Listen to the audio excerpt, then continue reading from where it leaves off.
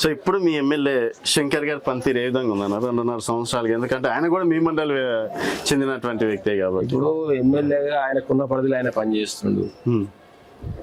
ఆయన పరిధి దాటి పనిచేయడానికి ఎమ్మెల్యేలకు ఎంత పరిధి ఉంటుందో అంతే ఉంటుంది. ఆయన ఇంకా టైం ఉన్నది కదా. ఇక ఇప్పుడు మేము ఇది ఎస్ ఇది రాంగ్ ఇది రైట్ అని ఇప్పుడు మేము స్పందించదలుసు.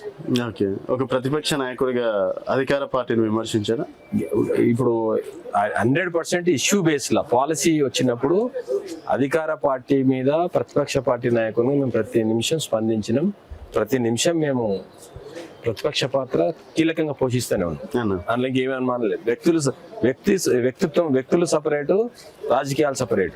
ఖచ్చితంగా ప్రతిపక్ష పార్టీగా మేము మొదటిసారి మేము స్పందిస్తూనే ఉంటాం. అందులో ముచ్చట్లేదు. సో కొత్తూరు మండలానికి చాలా వరకు ఆయన చేసినటువంటి కృషి అంటే 10 సంవత్సరాలుగా బీఆర్ఎస్ చేయలేని పని శంకర్ గారు వచ్చినాకనే చేసిండ్రు అని ప్రధానంగా వినిపిస్తుంది. 1947 స్వాతంత్రం వస్తే 40 నుంచి కాంగ్రెస్ ఎన్ని సంవత్సరాలతో పరిపాలించిందో ఈ రాష్ట్రాన్ని, నియోజకవర్గాన్ని, మండలాన్ని, కాంగ్రెస్ పాలన టైంలో ఏదైతే జరిగిందో ఖాళీ బీఆర్ఎస్ పార్టీ కేసీఆర్ గారి నాయకత్వంలో ప్రభుత్వం ఉన్నప్పుడు ఈ 47 స్వాతంత్రం వచ్చినప్పటి సంది ఎన్ని పనులు చేసారో మా 10 సంవత్సరాల ప్రభుత్వ టైంలో అన్ని పనులు చేసినాం.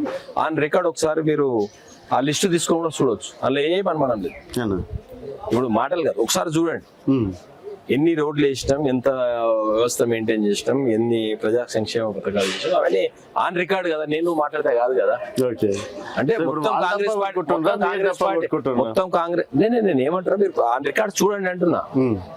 మొత్తంలో కాంగ్రెస్ ప్రభుత్వం పాలించిన సమయాన్ని తీసుకోండి, 10 సంవత్సరాలు బీఆర్ఎస్ పార్టీ తీసుకున్న సమయాన్ని తీసుకోండి. ఈ రెండింటిని పేపర్లు ముందర పెట్టుకొని ఆన్ రికార్డ్ గా చూడండి, మీకు తెలిసిపోతుంది అంటున్నాను. ఇలా డబ్బా కట్టుకోవాల్సిన పని లేదు. ప్రొసీడింగ్ ఏముంటది, నిధులు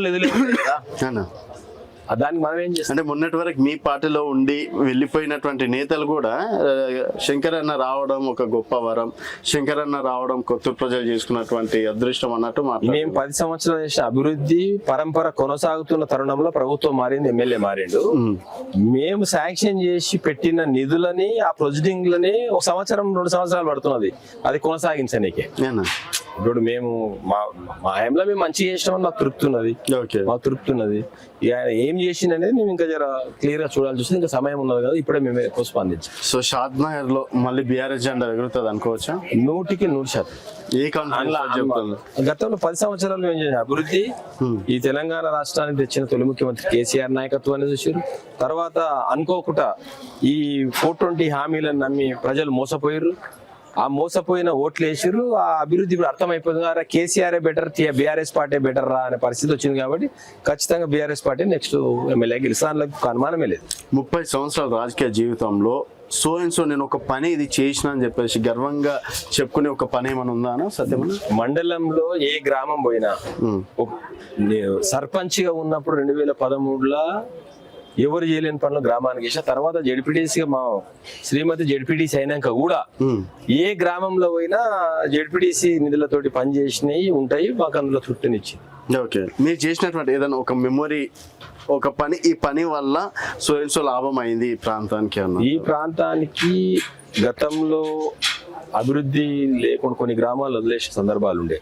మేము జెడ్పీటీసీ అయినాక ప్రత్యేకంగా దాన్ని ఇప్పుడు అంగన్వాడీ బిల్డింగ్ కావచ్చు, పిహెచ్సి సెంటర్స్ కావచ్చు, కొన్ని లేని గ్రామాల్లో డెఫినెట్ గా ఇప్పుడు తండాల పిహెచ్సి బిల్డింగ్స్ అంగన్వాడీ ఇచ్చినాము. అందులో తృప్తి ఉన్నది. ఎందుకంటే తండాలు ఇప్పటికీ అంగన్వాడీ పిహెచ్సి సెంటర్లో నోచుకోలేదు. కాబట్టి మేము వైఎం తండా నుంచి మొదలుకొని, అక్కడ నుంచి మొదలుకొని మల్లప్పుడు తండా వరకు మేము చేసే పనులు చాలా ఉన్నాయి. కాబట్టి తృప్తినిచ్చి ఇప్పుడు ఆ ప్రజల దగ్గరికి వెళ్ళి సత్యనారాయణ ఇవన్నీ చేసిందని చెప్పుకుంటారు. డెఫినెట్ గా చెప్పాల్సింది. ఎందుకోసం అక్కడ బిల్డింగ్ ఉంటది, అక్కడ పేరు ఉంటది, నిధులు ఇచ్చిన పేరు ఉంటది, ప్రొసీడింగ్ ఉంటది, ఏ ప్రభుత్వం టైం ఉంటది, సంవత్సరం ఉంటది. దాన్ని తుడిచిపెడితే పోయేది కాదు కదా. అవును, అంటే ఇప్పట్లో ఏంటంటే ఈ రోజు ఎంత మంచి పని చేసినా రేపటికి మర్చిపోతున్నారు. అది సర్వసాధారణం. దానికి మనం ఏం చేయలేం.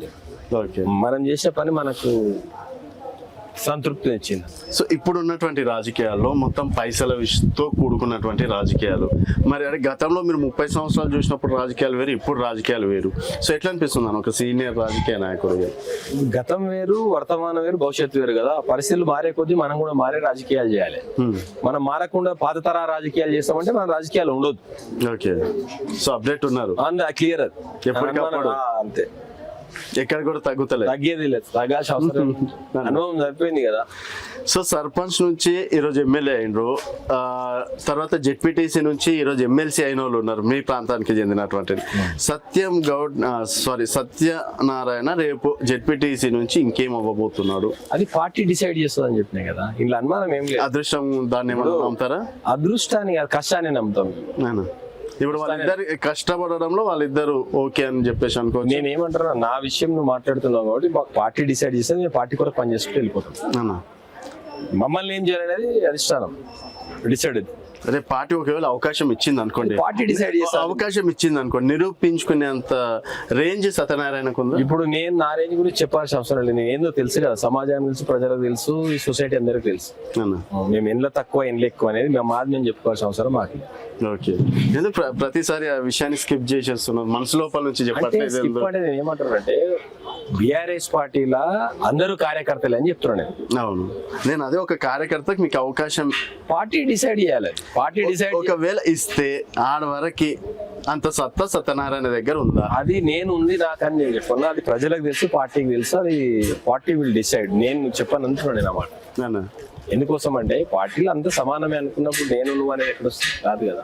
ఓకే, సో రేపు సిద్ధాపూర్ విషయంలో ఏందన్న ప్లానింగ్ ఏంది? ఏదేమున్నా 641 జీవో రద్దు కావడం ఖాయం. రద్దు చేపించే శక్తి మా దగ్గర ఉంది. వేలాది మంది తోటి ప్రజా పోరాటాల ద్వారా నేను దాన్ని రద్దు చేపించగలుగుతాం. మా నమ్మకం మాకు. భవిష్యత్ కార్యాచరణ ఏమో వేసుకుంటున్నారు, ఎందుకంటే ఎమ్మెల్యే గానీ నన్ను తీసుకురానని చెప్పేసి ఆయన చాలా కాన్ఫిడెన్స్. ఆయన కాన్ఫిడెన్స్ కూడా బంద్ చేపిస్తే చాలా సంతోషం. మా లక్ష్యం జంపింగ్ యార్డ్ 641 జీవో రద్దు కావడం. ఒకవేళ అది రద్దు అయితే ఏంది శంకర్ గారికి ఇప్పుడు కొన్ని మాటలు అంటున్నారు కదా, విమర్శిస్తున్నారు కదా, మరి ఆ రోజు అధికార పక్షంగా తన వేయాలి, ప్రతిపక్షంగా మేము చేయాల్సిన పని మేము చేస్తాం. అంతిమంగా ప్రతిపక్ష పార్టీల ప్రజా పోరాటం ద్వారానే అవి రద్దు అవుతాయి. ఒకవేళ ప్రజా పోరాటాలు ప్రతిపక్ష పార్టీ పాత్ర లేకపోతే రద్దు అయ్యే అవకాశాలు ఉండవు. ఎందుకంటే ఈ ప్రెషర్ బిల్డప్ అయి ప్రజలు వ్యతిరేకం ఉండడానికే చేస్తారు. మాకు అంతిమంగా లక్ష్యం 641 జీవో రద్దు అయితే చాలు, మాకు వేరే ఉద్దేశం లేదు. రేపు ఒకవేళ కొత్తూరు ఎలక్షన్స్ రాబోతున్నాయి, సో దానికి కూడా మీ పాత్ర ఉంటది అనుకోవచ్చు గెలిపించడంలో? 100% ఉంటది కదా, 100% ఉంటది. ఎందుకు ఖచ్చితంగా ఉంటుంది అని అనుమానం.